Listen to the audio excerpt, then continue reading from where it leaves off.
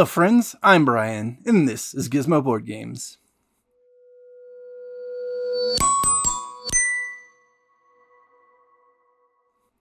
And halfway through the year, it's time to look back at those new to me games that I really enjoyed so far in 2025. I do this every year. Middle of the year, I kind of do a halfway point look at the top 10 favorite new to me games I played this year so far. And then I do an end of year wrap up in January where I figure out what my top 20 favorite new to me games were for the whole year. So how do I do this? Well, I go to Pub Meeple. If you've not heard of Pub Meeple, it is a ranking engine that ranks a lot of different things. The only one I mess around with is the board games, where you can upload straight from BGG, set some filters, and then do a comparison, a side-by-side where it pulls up item A versus item B. And you literally just click on which one you like better, and that's it. It goes through a bunch of permutations, some word. And eventually, once it gives you enough of the combats, if you will, to determine your final list from top to bottom, I then take that and say, boom, I've got my top 10 favorite games from thus far this year. So, with that said, that's all I did. I haven't rearranged these or anything. I'm exactly how Pub Meeple spit it out to me. That is my list currently. So we'll start counting down from 10 to 1. But before we get into that, how many games did I throw into it? 29 new to me games so far this year. Last year, I think at this point I had 33. So just a slight decline. But if you've been following along with my look back videos or in review videos or whatever I'm calling them now, my first usually video of the month where I talk about the new to me games I played in the previous month. This is all those games summed up and put into a top 10 list. So that way, if you have a game style like mine, you enjoy games that I seem to enjoy, this might help you rack and stack some of those games to check out for yourself as well. Anyway, without further ado, I've got 10 games to talk about, so let's get into it. Starting with my number 10, The House of Fado, something like that. It is a Vital Lacerda game, loosely based on the Gallerist. I believe I've not played that one, but made family friendly. And this is a worker placement game where you're going around and you're hiring Fado players for your restaurant. And you're going and gathering either critics or guests to come to your restaurant and listen to those players and cheer them on, which increases their value and thus increase their value to you in points, depending on what you do with them as you move them out of your restaurant. And so it's just this game where you're going around the board, taking actions to appease guests, get Fado players, and improve their value to you until you collect enough stars to end the game by doing some various actions as well. Just a lot of fun. But the thing I like about this one is the kick out mechanism of the worker placement, because your workers are always going to stay on the board. There's no taking a round of putting them out and then everybody cleans them up and you go again. Every time you take a worker, it's going to come from one location on the board, and it's going to have to move to a different location where you don't already have a worker. And I think you have 3 workers that you're cycling through 7 or 8 or 9 different spots they can be. So you're blocking yourself and your opponents are kind of blocking you. But the cool thing about this is your opponents are never blocking you, because if you want to spot that an opponent's at, you go to that spot and you kick them out. And with the kick out, there are 3 options below the main spot where you're going to get some kind of reward for being kicked to the spot, assuming it's open. So you want to be kicked into these spots because it's going to give you something in return. And that's a lot of the fun of the game, is managing where you want to go, but also trying to get yourself to a position where you get kicked out and you can take advantage of that kick out action before you just got to move that worker so you can take that spot again. Because as long as your worker's sitting there either in the main spot or a kick out spot, you can't take that action. And it's just really neat mechanism. I really enjoyed playing House of Fado.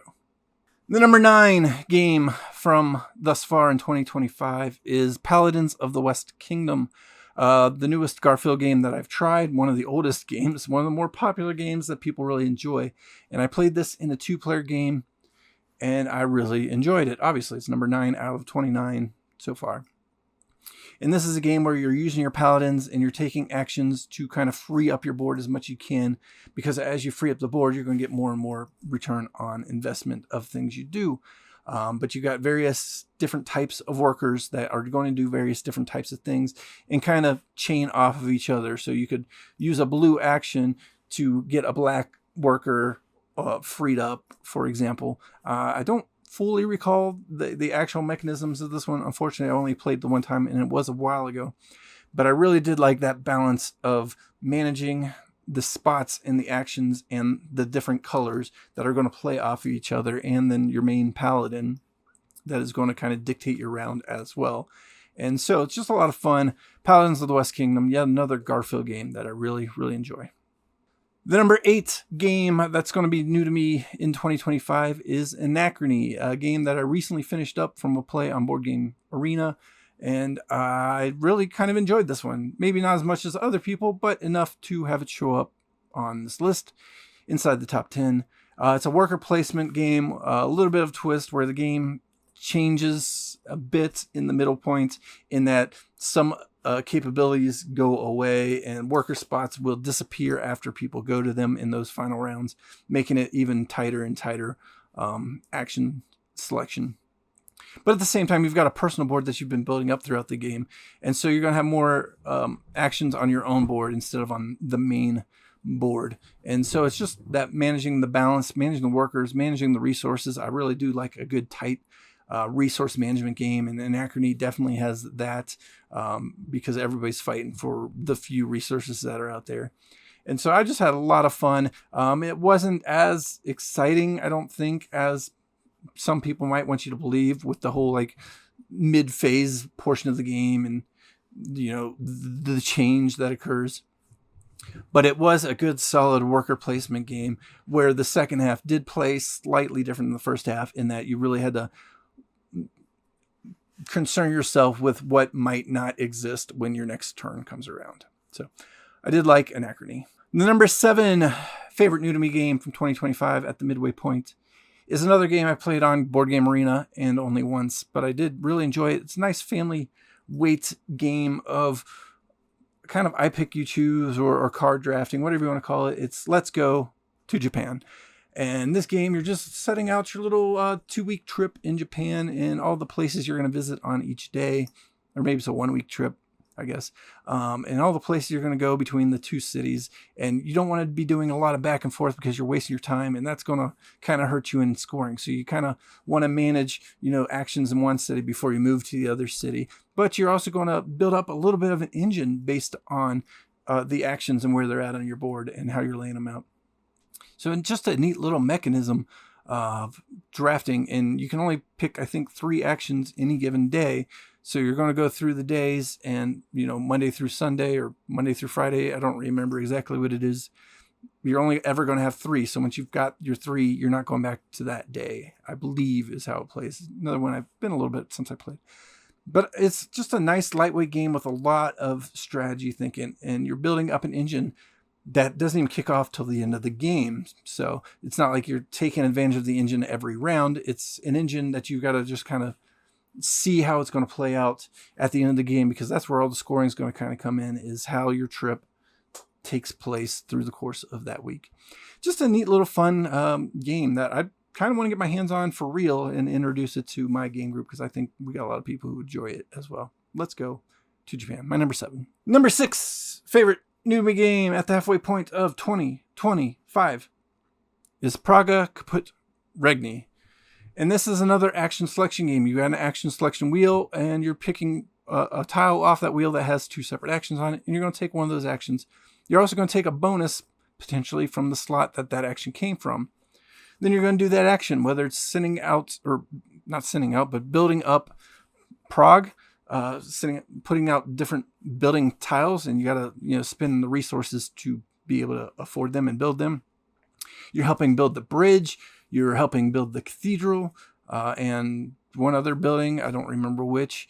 And you're also building up your play area, and you can make those actions more and more lucrative to take in the future by upgrading them as an action.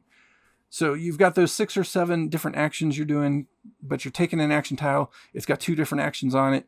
Pick one of those actions, do that action, take the bonus from the spot you took it. Then the wheel turns and more actions become more or less lucrative because of where they're at on that spinning wheel. And it's just a real neat, fun mechanism of the action wheel, the action selection, and kind of the race around to do the things on the board before somebody else kind of blocks you out from getting certain rewards or resources and things like that. I really did like Praha Kaput Regni, a great little city building action selection game. Number 5, favorite new to me game from 2025 at the halfway point. I don't think I need to keep specifying that all the time. But number 5 on this list is going to be another Vital Lacerda game based on a game that is much, much more complex. But the more family-friendly version is Bot Factory. Bot Factory is the take on Kanban or Kanban EV. That's probably my favorite of his big, heavy games, at least the ones I've played so far. So I really like that. And Bot Factory really simplifies it down, but still keeps a lot of the core mechanisms of going to different location, worker place, basic placement spots. And you're collecting the things you need to build robots and test the robots and send the robots out to get points and things like that. And you've got Sander going around and basically critiquing you along the way as well and kind of mixing things up.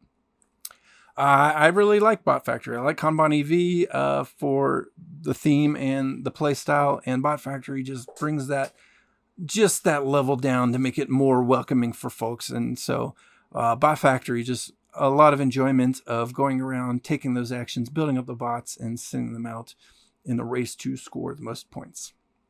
Number 4 is going to be Nova Roma. And this is a game that I didn't care for much at first when it was on Kickstarter. And then I watched more and more of it as it started to come out and more people were talking about it and playing it and things like that. And then it really did interest me more. And I got my hands on a used copy. But the thing that intrigues me the most about it is the action selection mechanism, because it's got the 8 actions are going to be spread out 4 in a row and 4 in a column to make a 4x4 grid that you're going to place your worker on each round. And depending on how many of your own workers you got in a given row or column, for that action, you will take it at a more and more powerful level. Outside of that, you've got different things you're doing. You're upgrading kind of your play area. You are advancing up tracks. You are building up parts of the city. You are competing in like chariot races, and you're just doing all kinds of things where you're managing different resources you need to do those different things and try to be the first one to achieve certain goals on your mat. Or maybe not the first one, but you are got a mat of goals that you want to achieve as well, because you're going to score based on those. And a little tic-tac-toeing, if you can, will get you extra resources and things along the way. So it's just a lot of things to manage with this really cool grid. I know it's been done in other games, mostly 2-player games. I think Targi, I haven't played it, but I think Targi has kind of the same mechanism. If I'm thinking of the right 2-player game, again, I haven't played it, but it's the game where the action, where you're crossing is where the actions are going to be taken from. And I just found that really neat. At first I thought, I was like, whatever, it looks like worker placement kind of. But once I got to play, it's like, it really is a crunchy management of that, because of the power levels of getting those multiple workers in a row or column, or blocking other players out of things you see they might want to do. You could just hate draft a location on the grid as well. So it's a lot of fun. Nova Roma.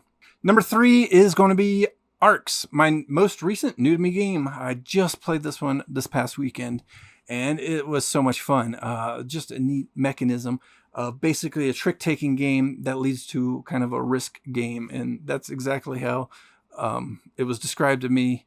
And it really kind of was that. You get a hand of cards at the beginning of each round, and then whoever's got control of the round leads a card, and they can lead anything. And on those cards, the different suits represent different action options. Some of them you can only take 1 or 2 actions on, and others you could take 3 of the different actions on. I think there's 5 or 6 total different actions you could take. You can move your ships around. You can start a combat if you got ships in the same zone. It's a space kind of battle game with sectors and planets. You can build in a zone you have control of on the planets to be able to basically build a spaceport, which allow you to build ships there, and or cities, which allow you to generate the resources of that planet. Another action you could do is literally generate the resources of planets you control. And you can collect different alien race cards that'll give you different abilities or points or whatever they do that'll affect the game as well. So you really are managing all kinds of little actions. And the game isn't all that complex, really. But somebody leads a card and does a number of actions based on the card that was led. And then you can follow suit and basically take the actions of the suit again, up to the number of times you led. And if you're the highest suit at the end of everybody playing, or the highest one of the led suit, you actually take control for the next hand. And everybody plays until everybody's out of cards, and then you score the round based on whoever selected what specific round scoring actions they wanted. And so it's just a lot of fun managing kind of a trick-taking game with a area control and resource management game. So it's just a lot of fun. I really enjoyed Arcs. I didn't think I would because I didn't care for Root, and I know everybody talked that one up a whole bunch. And it's by the same designer. And so when everybody was talking up Arcs last year, I was like, whatever, it's probably just like Root and I won't like it. So I didn't give it much thought, but I got my chance to play it, and it was so much better than Root. I really did enjoy Arcs. My number 2 favorite new to me game is going to be Great Western Trail Argentina. That's the version I have. I actually think I like probably Great West. I don't hear Argentina as much as the other Great Western Trails. It's kind of the one that comes in last place when people rank the Great Western Trail games. But that's the one I have, the one I've played, and I really enjoy that kind of rondel mechanism or ratchet mechanism, whatever you want to call it, as you're moving further and further up the board, walking through the path towards Argentina. And you're taking the actions that you land on, and you can move literally one space to one space to one space and take every action along the way, but you're probably not going to win that way because it really kind of is a race game, especially solo. If you've got a table of 4 and everybody's taking one action at a time, it's not the race. But in the solo game or with people who know what they're doing, it definitely is a race because you want to get out to Argentina and drop off your cattle as much as you can, because that's where you're going to get a lot of the points, is from turning in those cattle, and then you restart back at the bottom with a new hand and new capabilities and things like that. But you do need to manage resources. You do need to build more of your cities out there so that way you get more actions available to you, and you force other people to slow down and potentially pay you for going through your towns. I just really like Great Western Trail, and Great Western Trail Argentina is a super enjoyable version of the game as well. I've only played the regular and Argentina so far, but I hear good things about New Zealand and El Paso now, I believe, is the smaller version of the game. I need to check that one out. I know that's on Board Game Arena too, so maybe by the end of the year I'll have 2 different Great Western Trails show up in my top 20. Who knows?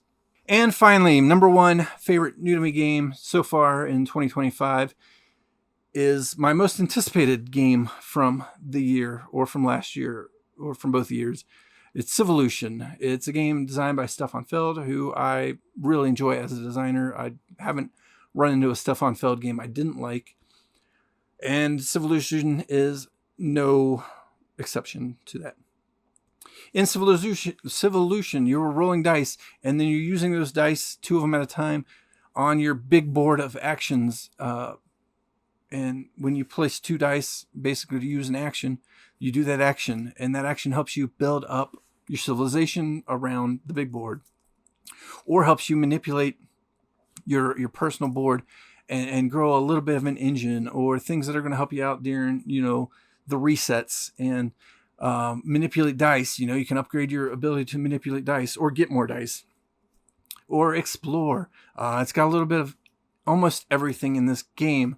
Managing resources, managing dice, managing actions, exploring the board, a little bit of area control, not as much, but you can do different things when you got more people out in the area. But you also got to feed them, so you don't want to put too many people out until you can manage having enough food to feed them. Otherwise, you're going to get negatives at the end of every era as well. And you're playing through 3 eras of a civilization, or 3 eras of life.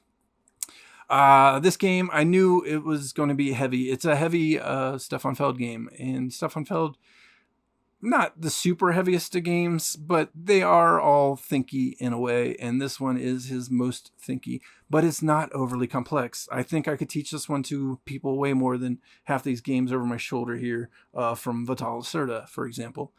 I just really enjoy the dice management and the wealth of action selection and the different avenues to success, whether you're going to take all the cards and just try to score a bunch of points by having a bunch of tucked cards on your board, or by exploring and having the most resources and things like that at the end of the game.